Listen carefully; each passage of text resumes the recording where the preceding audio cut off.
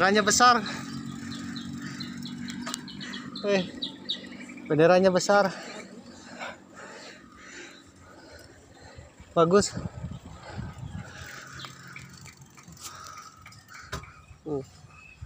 Bentar. Bentar lagi 17-an, guys.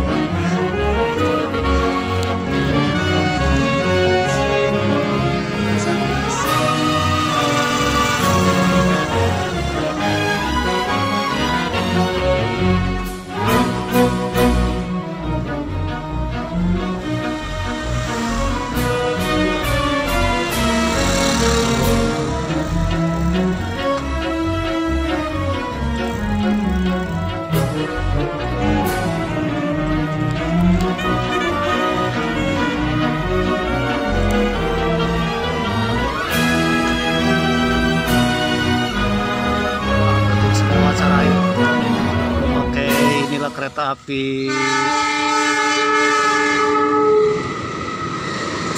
Lodaya.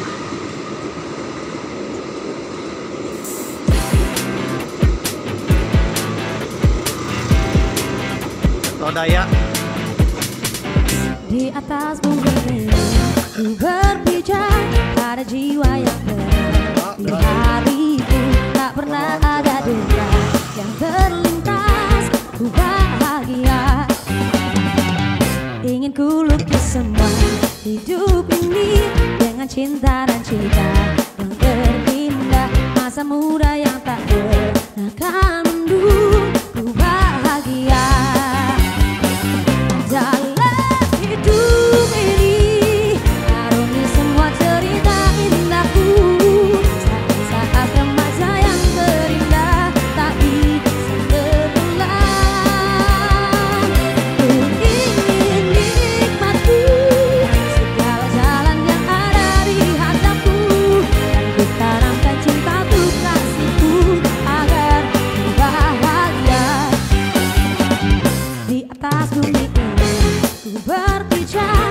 Jiwa yang tenang, di hariku tak pernah ada duka yang terlintas. Ku bahagia.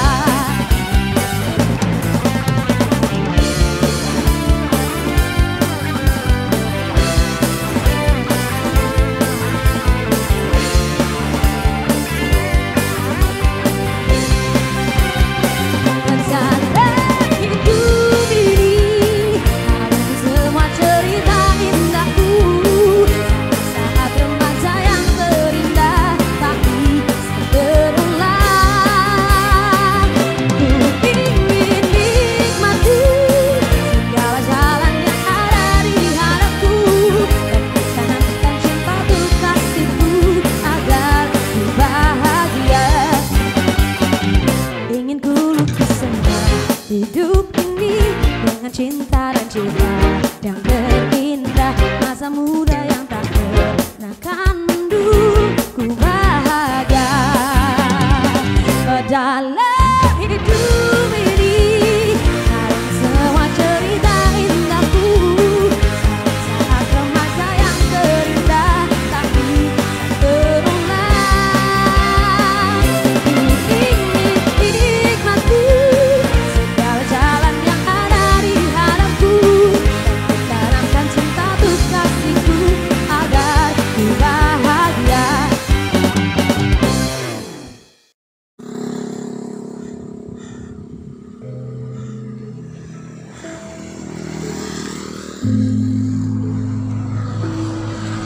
Oke guys,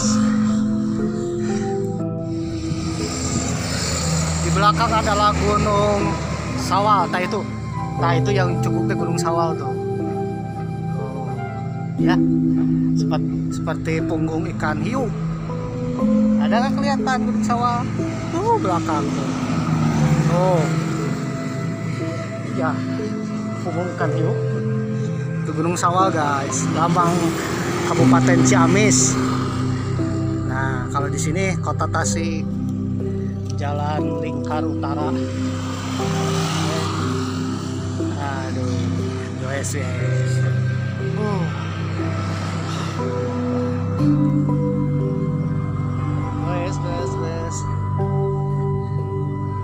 Nah, itu Gunung Sawal guys. Hah? Naon? Oh iya. Katubruk sih. Atau longsor.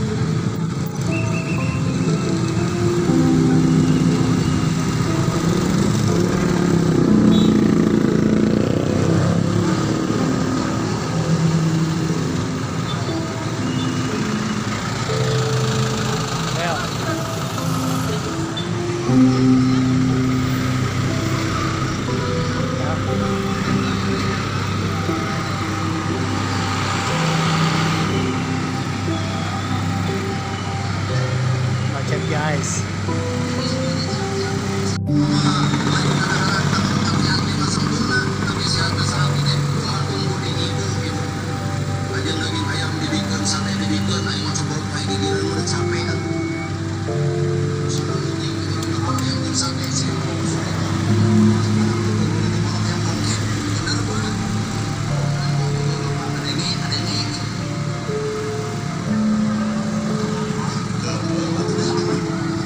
Siapa?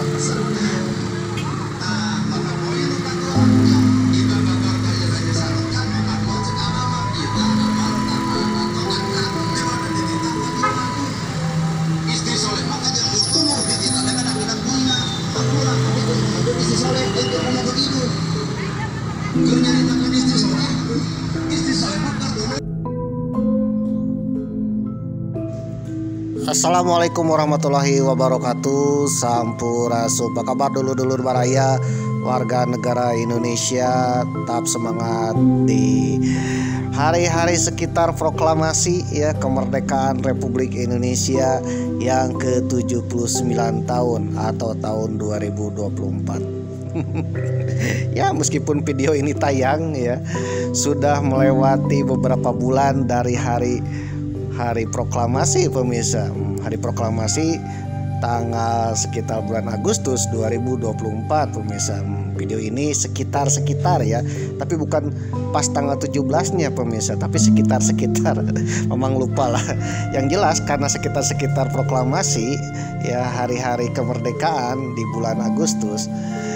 Ini suasananya benar-benar merah putih pemirsa ya, suasana menyambut kemeriahan HUT ya, hari ulang tahun kemerdekaan Republik Indonesia yang ke-79 tahun.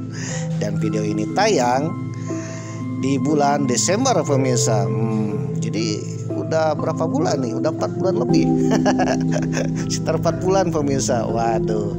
Ya meskipun sudah 4 bulan berlalu, tapi semangat kemerdekaannya harus kita tetap jaga ya, harus kita tetap teruskan ya, perjuangan para pahlawan dahulu kita teruskan ya dengan mengisi kemerdekaan.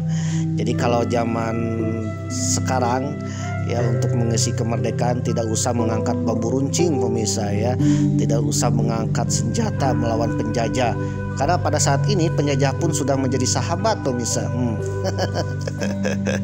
Belanda, Jepang ini sudah jadi sahabat pemirsa. Waduh. Jadi untuk meneruskan perjuangan saat ini adalah dengan mengisi mengisi kemerdekaan Republik Indonesia pemirsa ya, mengisi semangat juang kemerdekaan.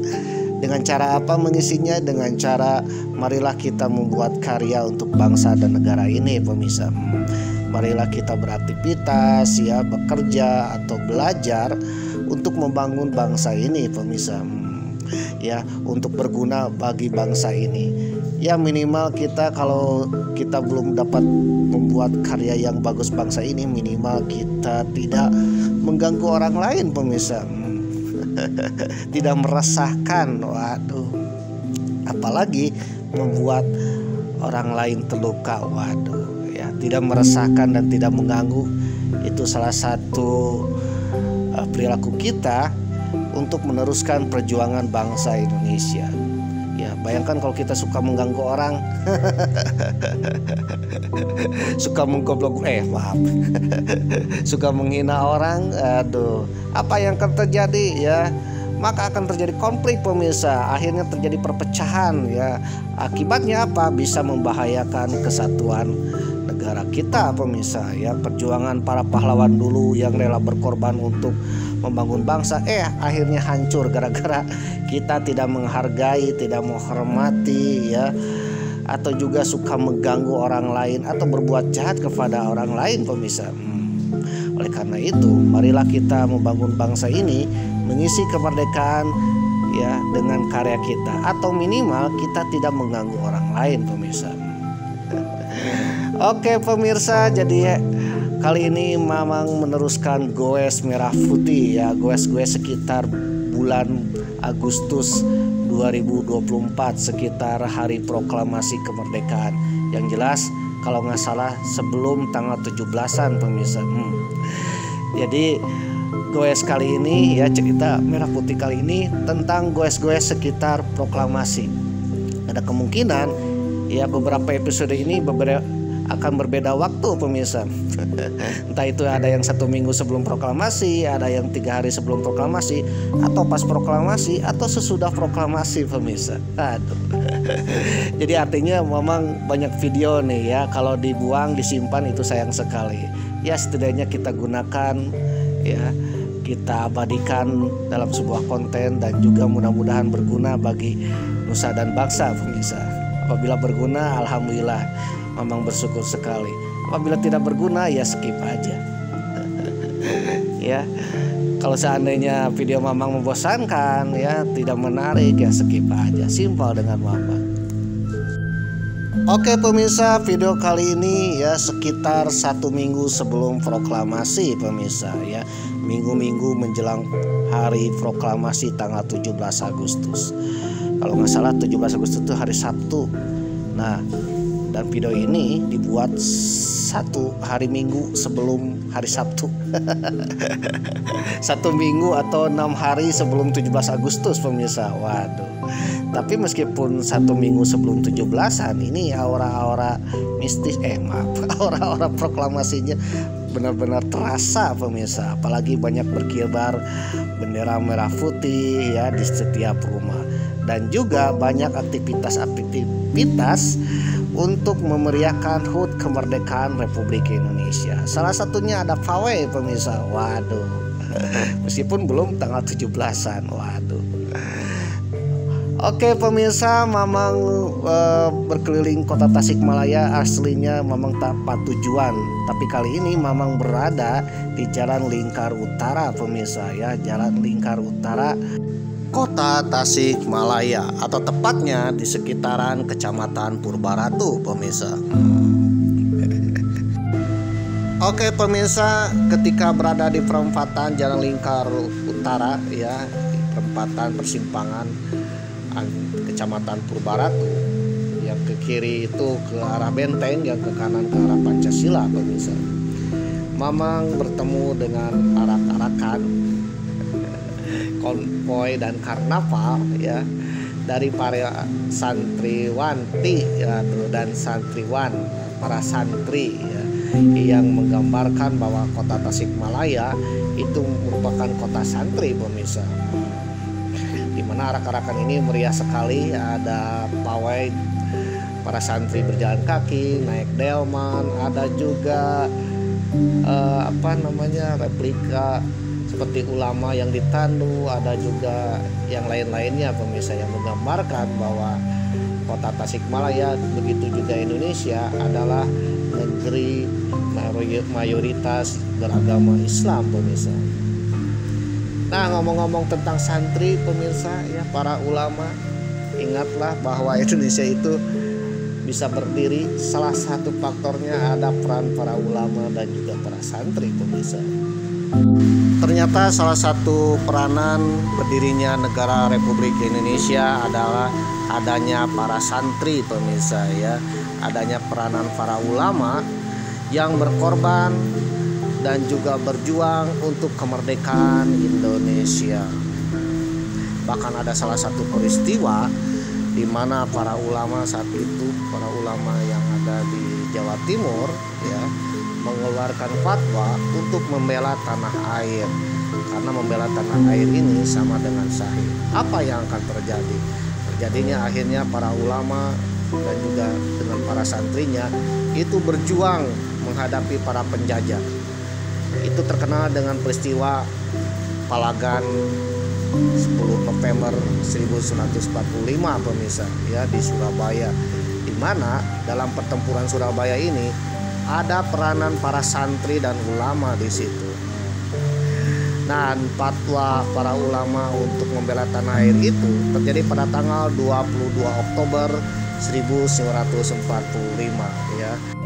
Beberapa hari sebelum terjadinya peristiwa 10 November pemirsa. Dan pada saat tanggal 22 Oktober 1945, para ulama besar Kiai Haji Hasyim Asy'ari resolusi jihad, yaitu seruan untuk membela tanah air, untuk membela tanah air dari para penjajah. Akhirnya para santri pun turun membela tanah air dengan senjata seadanya, bahkan dengan bambu runcing, berbaur dengan masyarakat lain pemirsa, untuk berjuang mempertahankan kota Surabaya saat itu, untuk berjuang menghadapi para penjajah. Oleh karena itu tanggal 22 Oktober dijadikanlah Hari Santri Nasional pemirsa, di mana para santri pun ikut berjuang untuk membela tanah air. Simpelnya, seandainya para ulama tidak mengeluarkan fatwa seperti itu atau resolusi seperti itu, atau para santri tidak ikut berjuang menghadapi para penjajah, kita akan kesulitan menghadapi para penjajah pemirsa. Kita akan sulit untuk membangun bangsa ini. Dalam perkembangan sejarahnya bahwa dibangunnya bangsa ini karena ada para ulama pemirsa, sejak zaman dahulu, sejak zaman perang di Ponorogo, ya, sejak zaman perang-perang zaman dahulu sampai era perang kemerdekaan, bahkan sejak berdirinya negara Indonesia, ya, menetapkan dasar-dasar negara Indonesia, entah itu Pancasila atau Undang-Undang Dasar 1945, dan menetapkan tonggak berdirinya negara Indonesia ini. Ternyata ada peran para ulama, ya, yang memberikan suatu pemikiran, di mana peran ulama inilah akhirnya menjadi sebuah negara yang kita cintai ini, Negara Kesatuan Republik Indonesia, di mana Negara Kesatuan Republik Indonesia ini negara yang bukan negara agama, ya, tetapi negara yang mengayomi semua agama, ya, diantaranya ada Islam, Kristen, Hindu, Buddha, Konghucu, ya. Ternyata negara yang kita cintai ini mayoritas Islam, tetapi bukan negara Islam pemirsa, tapi negara untuk semua umat. Kenapa bisa seperti itu? Karena ada peran ulama pemirsa, peran ulama yang mengayomi untuk menyatukan semua umat di Indonesia yang berbeda-beda agama. Kita ingat ketika pembahasan, ya, Pancasila dalam sidang BPUPKI. Dalam sidang BPUPKI, sila pertama itu ketuhanan yang Maha Esa. Pada awalnya itu dibuat bukan ketuhanan yang Maha Esa pemirsa, ya. Ketuhanan dengan kewajiban menjalankan syariat Islam bagi pemeluk-pemeluknya. Rumusan Pancasila yang 5 sila tersebut dikenal dengan istilah Piagam Jakarta. Kenapa syariat Islam? Kristen kok nggak dibawa? Ternyata itu direvisi lagi pemirsa ya, karena ada keberatan dari masyarakat non-muslim, terutama dari Indonesia Timur, dengan sila pertamanya dari Piagam Jakarta atau Pancasila awal. Ya, merevisi sila pertama demi persatuan dan kesatuan negara Republik Indonesia. Akhirnya tercetuslah kata-kata ketuhanan yang Maha Esa. Jadi ada 7 kata yang dihapus demi persatuan dan kesatuan bangsa Indonesia pemirsa. Dan itu atas persetujuan para ulama pemirsa. Jadi seandainya para ulama tetap ngotot ya, tidak mau menghapus 7 kata dalam sila pertama rumusan dasar negara, mungkin negara yang kita cintai ini akan terbelah pemirsa ya, terbelah karena keberagaman agama. Oleh karena itu para ulama menggunakan dengan bijak ya untuk menghapus 7 kata demi persatuan dan kesatuan pemirsa, demi keberagaman persatuan negara Republik Indonesia. Oke pemirsa ya, marilah kita tingkatkan iman dan takwa kita kepada Tuhan Yang Maha Esa, kepada Allah Subhanahu wa Ta'ala ya, dan juga cintailah negeri ini pemirsa ya, karena negeri inilah di mana tempat kita berada ya, tanah tumpah darah. Maju mundurnya negara kita, negeri ini ya, itu atas kehendak kita semua ya, atas perilaku kita semua, atas karya kita semua. Kalau kita bangsanya yang ogah-ogahan, haroream, waduh, dan tidak takwa, waduh ya, mungkin negeri kita pun akan ya berakhir pemirsa. Seandainya negeri kita hancur, yang menyedihkan itu arwah para pahlawan zaman dahulu, salah satunya adalah arwah dari para ulama. Buat apa kita membangun negeri kok akhirnya negara kita hancur lebur oleh anak cucu kita pemirsa. Oleh karena itu marilah kita bangun negeri ini dan teruskan cita-cita para pahlawan, dan teruskan untuk mempertahankan kemerdekaan sekarang. Siapa lagi kalau bukan kita yang akan menjaga dan mempertahankan kemerdekaan Republik Indonesia ini. Oke pemirsa, memang ketika ngedit ini lagi hujan. Meskipun video aslinya itu terang benderang. Syuting di bulan Agustus, sedangkan dieditnya sekitar bulan Desemberan pemirsa. Waduh, pas turun hujan. Jadi kalau abang-abang melihat video Mamang ya, itu gambarnya terang benderang, panas, terik ya. Kok suara di dalamnya ada grimicik-grimicik air ya, artinya sedang dieditnya ketika hujan pemirsa ya, mohon maaf. Oke pemirsa ya, sambil melihat konvoy para santri lewat, Mamang akan sedikit cerita, tapi ceritanya bukan tentang santri dan perjuangan para ulama pemirsa ya, karena ini sudah dibahas, silakan cari di video konten Mamang ya. Nah kali ini yang dibahas adalah yang lagi viral pemirsa. Viral bulan Desember, waduh ya, yang dibahas adalah sebuah minuman yang ternyata minuman ini menjadi viral ya.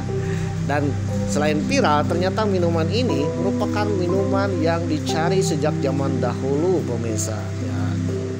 Dicari untuk apa? Untuk memperpanjang umur.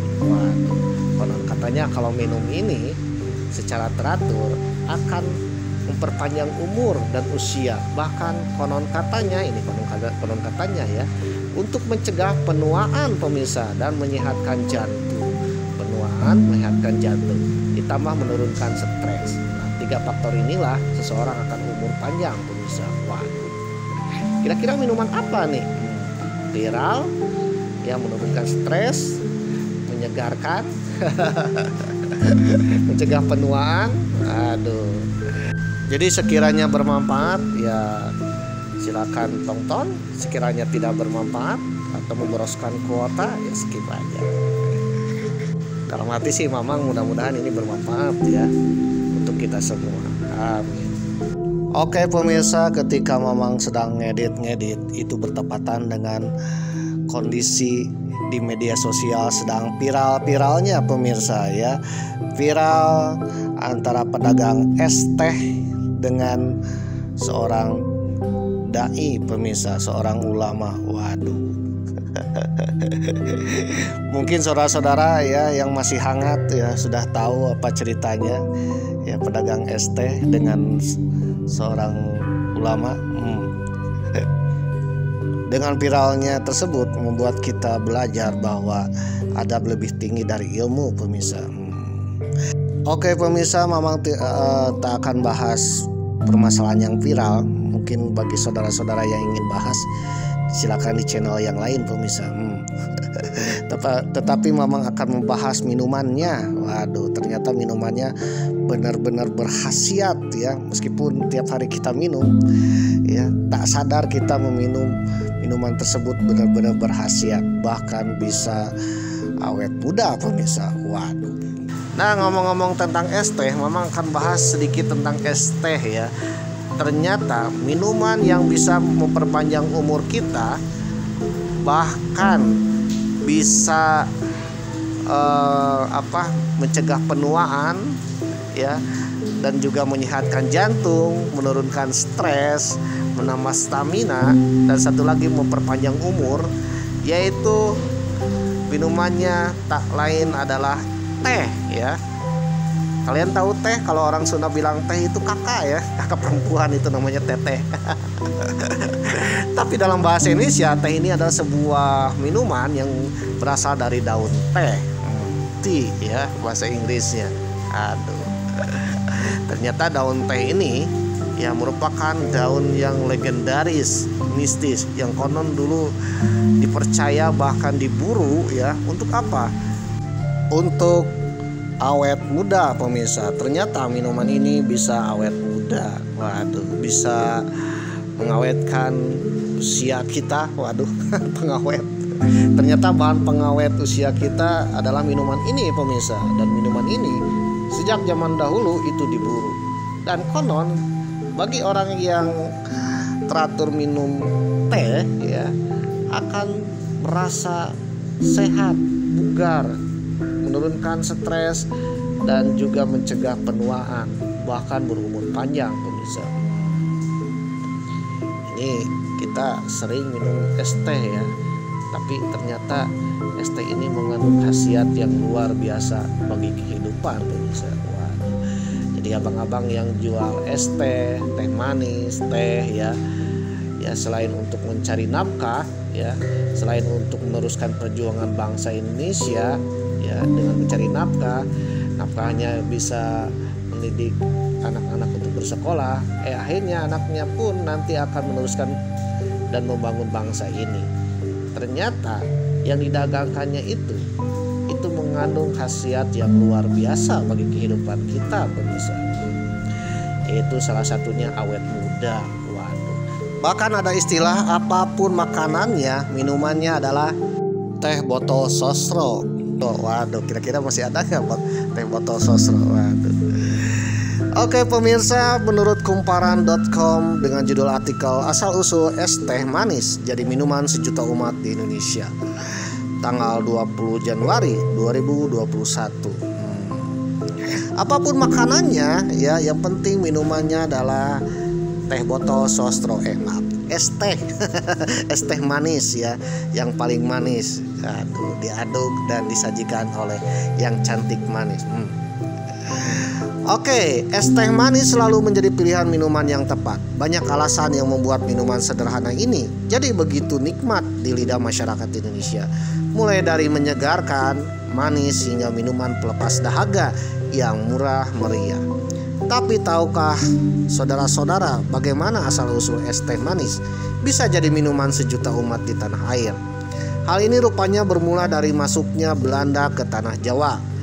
Profesor Dr. Insinyur Murdi Jati Garjito Guru Besar Ilmu dan Teknologi Pangan Universitas Gadjah Mada atau UGM Yogyakarta, berkisah kepada kumparan.com, minuman teh secara ekstensif dikenal masyarakat Indonesia sejak zaman Belanda masuk ke Pulau Jawa yang datang melalui jalur Maluku saat hendak berdagang rempah-rempah.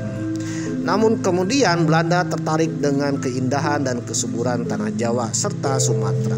Sehingga pada saat itu, tepatnya abad ke-17 atau sekitar tahun 1600-an, ya era-era zaman VOC, Belanda membawa tanaman teh ke Batavia atau ke Pulau Jawa melalui pantai Sukabumi. Di sana ditanamlah tanaman teh yang cocok dikembangkan di Jawa Barat.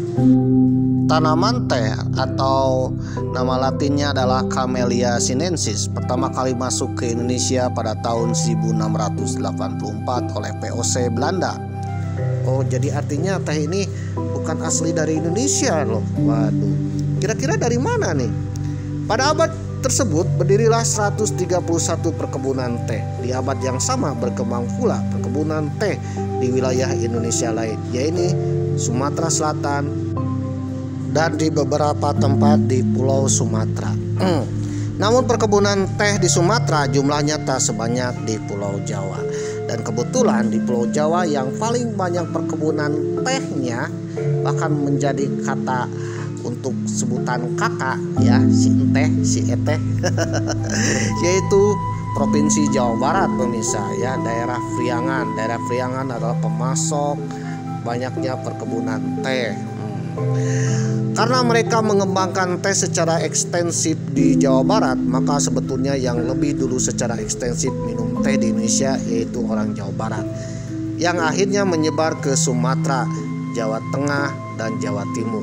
Terang Profesor Moore, panggilan akrabnya saat kumparan hubungi melalui sambungan telepon. Kalau memang teh ini bukan berasal dari Indonesia, kira-kira berasal dari mana nih? Menurut saya CNN Indonesia, ya, dengan judul artikel Hari Teh Sedunia. Ternyata ada Hari Teh Sedunia, ya. Sejarah teh hingga jadi minuman terpopuler di dunia. Selasa 15 Desember 2020. Hari Teh Sedunia selalu diperingati setiap tanggal 15 Desember. Ya, kebetulan edit ya sekitar tanggal itu, pemirsa. Kebetulan ada viralnya juga, waduh. Telah hadir mengisi kehidupan sehari-hari masyarakat sejak dahulu kala. Sejak ribuan tahun lalu, teh telah menempuh perjalanan panjang hingga kini menjadi minuman terpopuler di dunia. Teh berkembang dari satu daerah ke daerah lainnya dengan berbagai ritual. Ya, bagaimana sejarah teh hingga kini menjadi minuman paling populer di dunia? Catatan sejarah menyebutkan teh pertama kali ditemukan di Cina, Tiongkok oleh Kaisar Shennong, Bapak Pertanian dan Kedokteran Tiongkok, pada tahun 2373 sebelum Masehi. Waduh, jadi 2000 tahun yang lalu, pemirsa. Suatu waktu Kaisar Shennong berkeliling mencari tanaman obat baru. Saat merasa tak enak badan, Shennong memutuskan untuk beristirahat di sebuah pohon, ya, tepatnya di bawah pohon. Dia pun merebus air untuk melepas dahaga. Beberapa helai daun jatuh ke dalam minumannya. Alih-alih membuang daun yang jatuh, Shennong tetap meminumnya. Tak lama, Shennong merasa badannya membaik setelah minum air dengan daun yang punya rasa sedikit pahit, ya, tapi kaya nutrisi tersebut. Akhirnya, sejak saat itu, Shennong memperkenalkan minuman yang diseduh dengan daun tersebut. Minuman itu jadi minuman khusus untuk istana kekaisaran. Waduh. Dikutip dari Alimentarium, minuman inilah yang disebut sebagai asal mula teh. Dari kekaisaran, teh semakin dikenal luas masyarakat. Beberapa abad kemudian, minuman teh dilengkapi dengan berbagai ritual. Kedai teh pun mulai menjamur. Pada abad ke-7, teh diekspor ke Cina dan Korea. Pada abad ke-12, teh menjadi kebiasaan orang Jepang. Waduh. Orang Tiongkok berpergian ikut membawa teh bersama mereka ke banyak negara Asia lainnya, termasuk ke Indonesia. Pada masa era Majapahit, ya, pada masa era-era Sriwijaya, di mana kedatangan bangsa Tiongkok sebagai pedagang, utusan, ataupun sebagai seorang pelancong, ya, itu selalu membawa daun teh, dan suka minum teh. Akhirnya orang Indonesia pun sudah mengenal teh. Tetapi pada saat itu belum ada inisiatif bangsa kita untuk menanam teh. Baru pada masa penjajahan, ya, pada masa kolonial Belanda, tepatnya VOC, ya, teh diperkenalkan dan dibawa bibitnya dari Tiongkok ke Indonesia, pemirsa. Konon orang Inggris menjelajahi Tiongkok, ya, untuk mendapatkan resep minuman awet muda yang tak lain adalah teh. Teh sudah terkenal sampai ke Eropa, ke negara Timur Tengah. Ternyata penyebaran teh ke seluruh dunia ini dilakukan oleh para pedagang Eropa. Pedagang Eropa yang berkontribusi menyebarkan teh ke seluruh dunia termasuk ke Eropa adalah POC, ya, perusahaan dagang Hindia Timur, pemirsa, ya, perusahaan dagang milik Belanda yang berbasis di Batavia, Indonesia, pemirsa. Jadi gara-gara company Belanda inilah, ya, teh menyebar ke berbagai negara, pemirsa, ke benua Eropa dan menjadi cita rasa bagi orang Eropa. Itu pula pada abad ke-12, ya, sang legendaris perjalanan Marco Polo itu mencicipi teh. Ternyata dengan minum teh itu membuat seseorang segar bugar. Waduh. Dan ternyata kenapa orang Tiongkok ini umurnya selalu panjang-panjang, ya, awet muda? Ternyata resep rahasianya adalah adanya minuman teh. Akhirnya tehlah menjadi populer di kalangan masyarakat Eropa dan masyarakat dunia, pemirsa. Teh menjadi tanaman komoditas masa penjajahan Belanda, komoditas untuk diekspor. Ternyata teh sangat-sangat laku di Eropa, pemirsa. Berkembangnya pada masa penjajahan membuat masyarakat pribumi hanya bisa menikmati teh dari hasil ekstrak batangnya saja. Sementara daun teh menjadi komoditi ekspor yang saat itu dinilai menguntungkan. Bangsa kita hanya bisa menikmati teh adalah sisa-sisanya, ya, sisa-sisa dari daun teh. Oleh karena itu jadi kebiasaan orang Sunda minum teh, ya, teh tawar, di mana teh tawar ini adalah rebusan teh termasuk dengan batang-batangnya, pemirsa. Waduh. Menurut orang Belanda bahwa orang Sunda atau orang pribumi yang minum teh ini yaitu tehnya teh sampah, pemirsa. Artinya teh, bagian-bagian teh yang tidak digunakan atau tidak diekspor, pemirsa. Di antaranya adalah batang teh atau daun-daun yang tidak sesuai dengan kualitas untuk diekspor. Jadi artinya kita pertama kali minum teh bangsa pribumi ini adalah bekas sisa-sisa sampah teh, pemirsa. Jadi kita itu selalu diperlakukan seperti itu. Meski terbuat hanya dari sisa batang teh yang sudah menjadi sampah, masyarakat Sunda bisa menikmatinya dengan baik. Mereka tak perlu beli. Jadi air teh atau dalam bahasa Sunda disebut cai teh itu diberikan secara percuma. Itulah kenapa teh tawar panas bisa gratis kalau di rumah makan Sunda. Jadi kalau rumah makan Sunda itu selalu menyediakan tehnya gratis lagi, tapi tawar. Tapi kalau di tempat lain, salah satunya di daerah Jawa Tengah, ya, Jawa Timur, tempat lain harus bayar karena memang masyarakatnya tak terdidik untuk minuman teh. Tambahnya dalam Murjidati Garjito dalam kumparan.com. Perlahan masyarakat Indonesia mulai menguasai cara mengolah teh. Khususnya masyarakat Jawa Tengah memilih mengolah teh menjadi sajian teh hijau. Karena untuk membuat teh hitam membutuhkan proses fermentasi. Sedangkan teh hijau hanya perlu mengeringkan dengan cara menyangrai daunnya saja. Prosesnya lebih sederhana. Uniknya, Profesor Murdijati mengatakan bahwa masyarakat Jawa Tengah begitu kreatif. Mereka berhasil memadukan teh dengan bunga melati, sehingga kita mengenalnya kini dengan sebutan teh wangi atau dalam bahasa Inggrisnya jasmine tea. Pada saat itu pula di Jawa Tengah telah berkembang komoditas tebu yang sukses ditanam oleh orang Belanda. Tebu dalam menjadi gula pasir seperti sekarang. Ya, orang Belanda menanam tebu itu daerah-daerah Jawa Tengah, Jawa Timur pemirsa ya, ke arah Pulau Jawa di sebagian timur.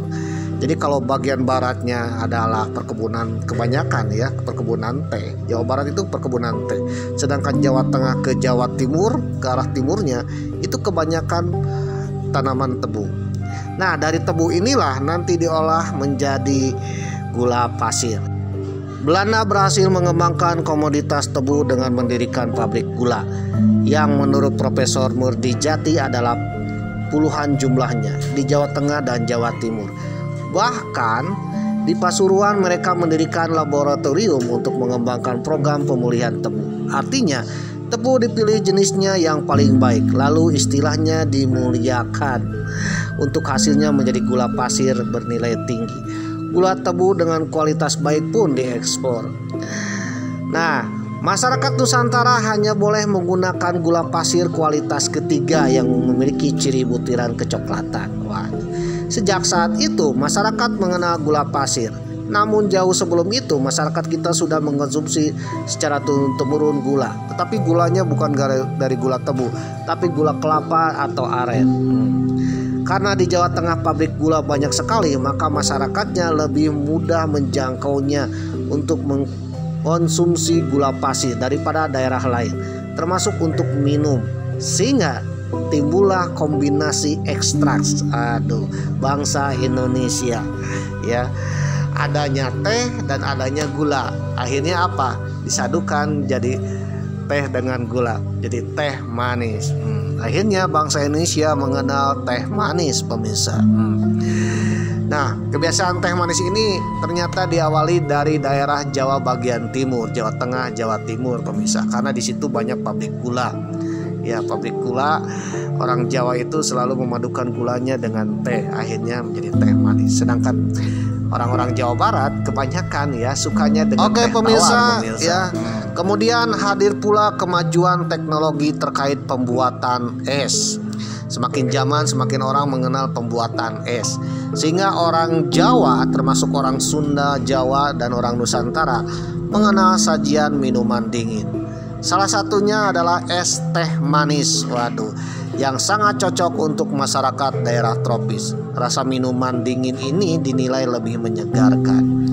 Es teh manis hingga kini hadir sebagai minuman yang disukai oleh seluruh masyarakat Indonesia. Dengan konsumsi teh tertinggi masih dipegang oleh masyarakat di Pulau Jawa.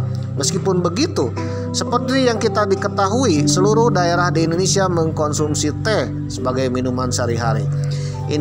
Inilah pula yang membuat varian teh khas tanah air kian beragam, yang menurut Profesor Murdijati jumlah variasinya adalah puluhan jenis. Di beberapa negara seperti di Tiongkok, Jepang, dan Inggris, teh memiliki ritual yang sakral. Kini di pasaran kita bisa menemukan berbagai jenis teh, mulai dari green tea, black tea, oolong tea, dan yang kini sedang populer adalah white tea alias teh putih. Waduh. Dengan rasa yang khas, white tea dengan cepat menjadi primadona di kalangan pecinta teh. White tea diyakini memiliki segudang manfaat untuk kesehatan. Salah satunya adalah bisa membuat umur panjang, dan awet muda. Namun yang bikin awet muda, katanya semua jenis teh, jangankan white tea ya, green tea dan semua teh-tehan pun ya bisa menjadikan awet muda. Karena dalam teh mengandung zat yang dikenal dengan antioksidan. Antioksidan inilah yang penting untuk menjaga kesehatan tubuh, seperti melindungi kita dari radikal bebas, menangkal peradangan, mengurangi resiko penyakit kronis seperti kanker dan diabetes. Maka yang punya sakit diabetes dan jantung pun disarankan untuk minum teh ya, tapi jangan pakai gula atau gulanya yang sesuai dengan kadar. Dilansir dari klikdokter.com dengan judul artikel "Minum teh bisa bikin panjang umur". Waduh, mitos atau fakta? Ditulis oleh Dr. Nadia Octavia. dan juga tim medis Klik Dokter. Edisi 11 Juli 2016. Teh diyakini memiliki segudang manfaat untuk kesehatan. Salah satunya adalah bisa membuat umur panjang. Benarkah itu? Teh merupakan salah satu minuman yang populer dikonsumsi sejak zaman dahulu kala. Waduh, ya, diantaranya banyak negara yang suka minum teh dengan berbagai jenis teh. Ada white tea, green tea, ya, apalagi di black tea, ya, tih-tihan. Ternyata teh juga mengandung salah satunya kesehatan untuk awet muda. Waduh. Teh diproses secara minimal dari kuncup daun teh termuda tanpa ada proses oksida. Proses inilah yang menyebabkan teh memiliki kadar antioksidan paling tinggi. Antioksidan inilah yang penting untuk menjaga kesehatan tubuh, seperti melindungi kita dari berbagai macam penyakit, salah satunya diabetes, penyakit kronis, penuaan dan sebagainya, pemirsa. Ternyata tak hanya mencegah penyakit degeneratif, teh juga bisa membuat Anda awet muda. Waduh, usia paparan sinar matahari, stres, pola makan yang buruk dapat menyebabkan terjadinya penuaan dini pada kulit seperti timbulnya kerutan, flek hitam dan huisan. Rambut putih. Jadi biasanya yang cepat tua itu yang stres, pemirsa, yang pola makannya tidak teratur. Dan kurang-kurang zat. Sebuah riset dilakukan oleh Kingston University Inggris menyebutkan bahwa teh dapat berfungsi mencegah penuaan dini melalui pencegahan aktivitas enzim yang memecah kolagen dan elastin. Kolagen merupakan protein yang ditemukan di jaringan ikat pada tubuh dan penting untuk menjaga kekuatan serta elastisitas kulit. Sedangkan elastin menjaga elastisitas alami fungsi jaringan tubuh seperti pada kulit, paru, pembuluh darah, dan ligamen. Dilansir dari detikbali.com dengan judul artikel 8 manfaat teh manis. Ini teh manis untuk kesehatan tubuh, ditulis oleh Ilham Fikriansyah, Jumat 24 Februari 2023. Teh manis adalah salah satu jenis minuman yang banyak dikonsumsi masyarakat Indonesia. Teh manis bisa diminum kapan saja, baik di saat pagi, siang, sore, atau malam. Umumnya teh manis disajikan dengan dua cara, yaitu panas atau dingin. Selain rasanya yang manis, harga teh manis juga ramah di dompet. Oleh karena itu, minuman yang satu ini sangat mudah ditemukan, mulai dari rumah makan, restoran, sampai juga pedagang asongan. Juga ada acara-acara karnaval, termasuk dengan acara tablik akbar. Ada pertandingan sepak bola dan sebagainya. Pasti ada tukang teh manis, pemirsa, termasuk goes. Memang ketika jalan-jalan goes, melihat banyak pedagang teh manis. Di antaranya teh poci, teh pucuk harum dan sebagainya, pemirsa, teh ocha. 8 manfaat teh manis untuk kesehatan. Ternyata teh manis punya banyak manfaat untuk kesehatan yang dikutip memang dari detikbali.com. Di antaranya yang pertama, meningkatkan kekebalan tubuh. Manfaat teh manis yang pertama adalah dapat meningkatkan imunitas tubuh, sebab teh manis mengandung katekin dan flavonoids yang dapat membantu meningkatkan sistem kekebalan tubuh dan melawan infeksi. Di dalam teh manis juga terdapat kafein. Sama dengan kopi, ya. Kandungan ini juga mampu meningkatkan sistem metabolisme tubuh manusia. Yang kedua, mencegah stres. Dengan rutin mengkonsumsi teh manis, kita dapat terhindar dari stres. Soalnya teh manis mengandung L-theanine, yang dapat membantu menurunkan kadar hormon stres, kortisol, dan meningkatkan perasaan relaksasi. Jadi kalau saudara-saudara lagi stres, stres apapun, entah itu stres pekerjaan, stres mencari jodoh, atau stres dikejar-kejar bala emok, Mungkin salah satu obatnya adalah stres. Salah satu obatnya diantaranya minuman teh manis ya, dan juga iman dan takwa, kata Bung Roma. Waduh, dicampur. Oke, nomor 3, menjaga kesehatan jantung. Teh manis juga bermanfaat dalam menjaga kesehatan jantung. Hal ini karena kandungan antioksidan yang dapat mencegah kerusakan arteri serta radikal bebas di dalam jantung. Selain itu, antioksidan di dalam teh manis juga dapat membantu meningkatkan kesehatan jantung dan pembuluh darah, serta membantu menurunkan kadar kolesterol jahat dalam darah. Yang keempat, meningkatkan fungsi otak. Waduh, manfaat teh manis selanjutnya adalah dapat meningkatkan fungsi otak. Sebab teh manis mengandung kafein yang dapat meningkatkan daya ingat dan konsentrasi. Waduh, jadi kalau belat puyeng ya atau sulit mendownload, memikirkan sesuatu ya, salah satunya bisa menikmati sambil minum teh ya. Serta membantu meningkatkan kinerja otak secara keseluruhan. Yang kelima, menangkal radikal bebas. Ini radikal apa nih? Teh manis mengandung antioksidan yang dapat melindungi tubuh dari radikal bebas. Sebagai informasi, radikal bebas adalah molekul tidak stabil yang berpotensi merusak sel dan menyebabkan penyakit. Waduh. Yang keenam, menjaga kesehatan ginjal. Minum teh manis secukupnya juga dapat membantu menjaga fungsi ginjal agar tetap sehat. Disarankan agar minum teh manis sebanyak 1 cangkir selama sehari.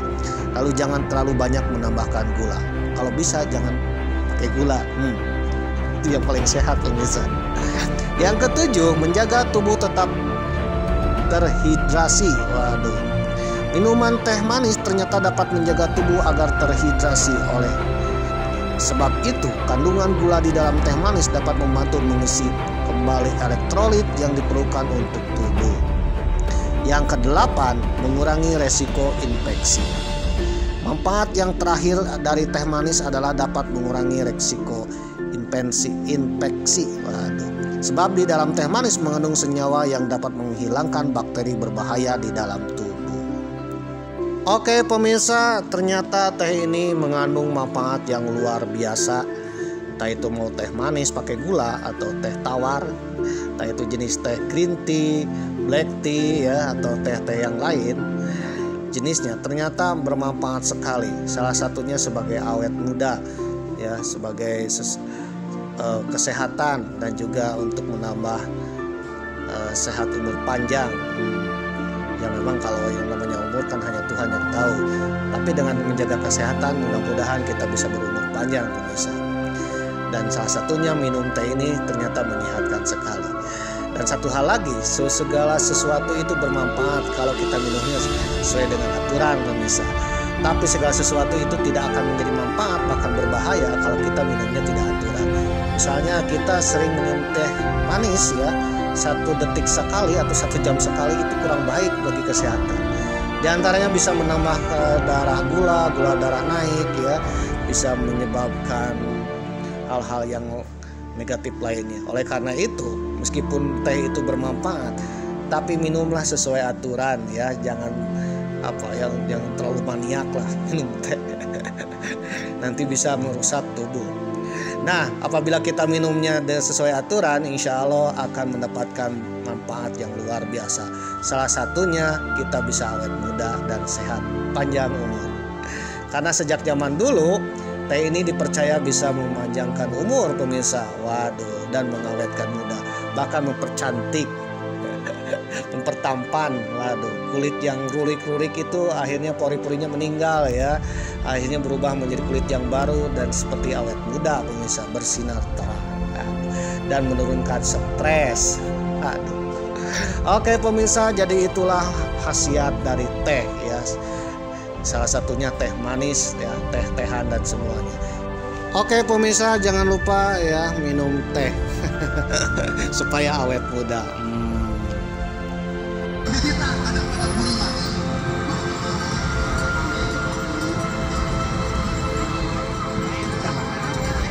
Parapatan Burbaratu lah. Maka dia teka benteng Burbaratu. Ya benteng Burbaratu. Ya. Itu Purbaratu, iya benteng gitu ke Pancasila apa kalau eta we. Ting naon ngaran. Bebedahan. Iya, bebedahan. Itu bebedahan mana itu tuh? Depan bukan.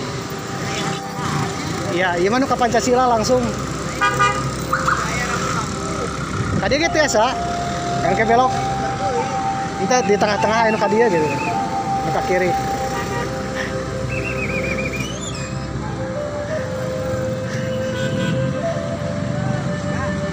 Ya, mangga Pak.